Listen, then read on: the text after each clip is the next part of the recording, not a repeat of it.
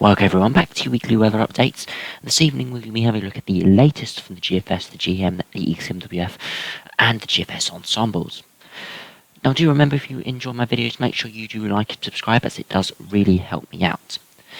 Now currently we're having a look at the GFS run, and we've got a very split picture across the UK. Higher pressure to the south and the east, lower pressure to the north and the west. But it does look like over the coming days, this high pressure out in the Atlantic, the extension of the Azores high, is going to be building into the UK, and we're going to be seeing quite a dry and even warm period, spring-like for most areas. It's feeling quite spring-like in the southeast at the moment, with very high upper air temperatures. But still with a strong wind, doesn't allow the temperatures to really climb too much other than sheltered areas. We still got some rain in the west as well. But as you move, you can see that high pressure does build in, and it builds into reasonably cool air initially, as you can see. But we do start to pull in some warmer air from the south in the longer term, but for low pressure tries to build in from the Atlantic, but high pressure still tries to hold on. So it's looking like the next maybe 4 or 5 days it's going to be high pressure dominated, fairly mild and warm in the day for most areas, maybe going to mid-teens quite widely, but overnight perhaps dropping down a little bit than what it's been recently, as those upper air temperatures are not quite as mild as they are now. Winds are going to fall light, potential for an overnight frost in many inland areas. Beyond that, again, high pressure is to our north, and it's looking like there's a possibility of us pulling some cooler air in from the northeast again.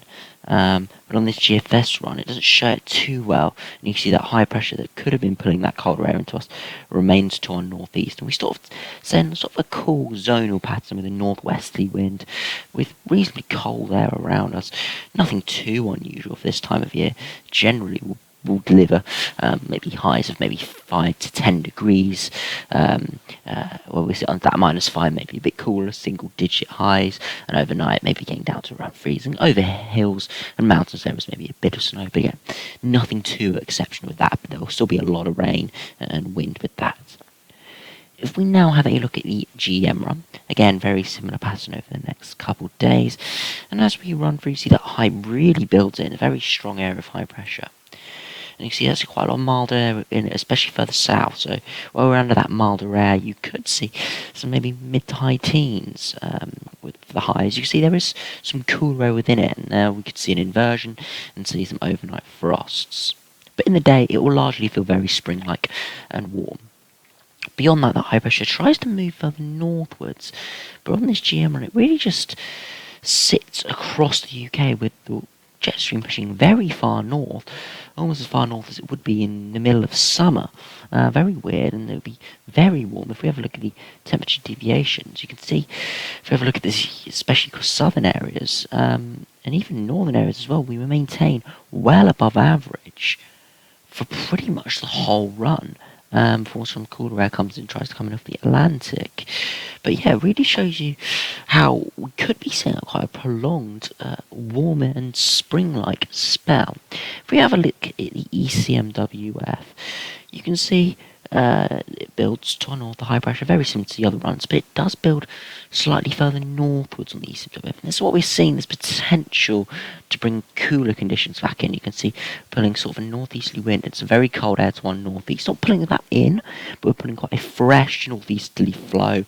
Again, highs maybe around 4, 5, 6 degrees, and lows getting to around freezing with that. So it's cold.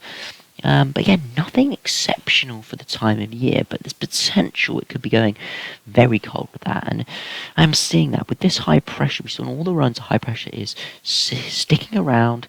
On the GFS run, it does move towards Russia, so it's not affecting us directly, but there is going to be a big area of high pressure around in our sort of half northern hemisphere. Where it does set up, it could give us interesting gears. You see the GFS pushes it further eastwards, and we remain in a northwesterly flow. The GM keeps it over the top of us. We're in quite a mild position, and the ECMWF pushes it a bit further northward, potentially dragging in some very cold air into many parts of Western Europe. You can see some colder air is filtering through, and you can see that warm air moving up towards Greenland, warm air advection building that high. Now finally, if we have a look at the GFS ensembles, you can see, as I said, the upper airs are not amazingly high, but you can see very dry, will be very clear, and potentially give some quite decent highs.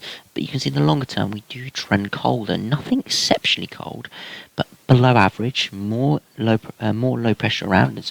There's more precipitation. And there's a few ensemble members going much colder, and there's the potential there that we start to pull in a very cold air mass again in for sort of the early, sort of first third of March, the potentially maybe around the 8th to 12th of March, we could be pulling in a bitterly cold air mass.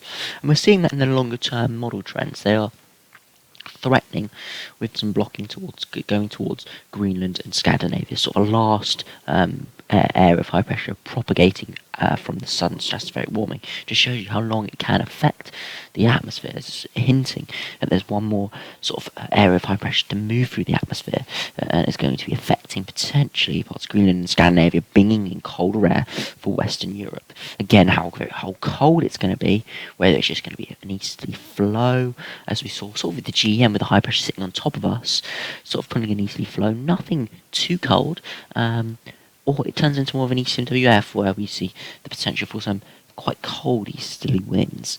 It's difficult to say at the moment, and it's way too far out, but we are starting to see some trends. Definitely going to look at spring-like in the next week or so, then a little bit more unsettled, and then we have potential for some colder conditions to come back in. If we have a look at the 2-meter temperatures, you can see early getting in sort of 2nd, 3rd, 4th March, you can see getting highs of around 14, 15 degrees. And again, that'll probably be underdone. You can see even now highs around 12 to 10 degrees, which is going to be very pleasant out in the sunshine, and lows only around 4, 5 degrees. But you can see they are going to be lower than what they've been over the last few nights, where they haven't really got below 9 or 10 degrees. They're going to kick down to maybe 2, 3, 4 degrees, perhaps a little bit colder in colder patches. And as well, this is London, and I suspect further out in the countryside it'll be a little bit colder than that. And you can see the longer term, a lot more spread.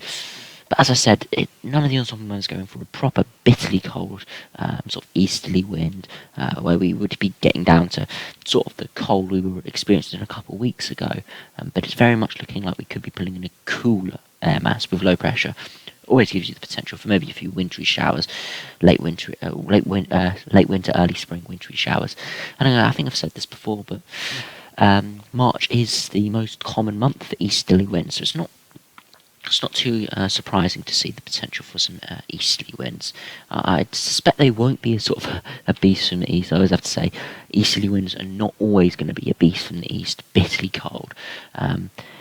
But it still can deliver some quite cool conditions when, and especially after quite a warm spell, it could be feeling very nippy out there and very cold indeed, if we do sort of see those potential 4 or 5 degree highs. But it's really just one to watch for the longer term. Make sure you do enjoy the warmer weather we have now over the next sort of week or so, with some very pleasant spring-like conditions. Anyway, thanks for watching. Hope you enjoyed this brand new, and I'll see you again for another video soon.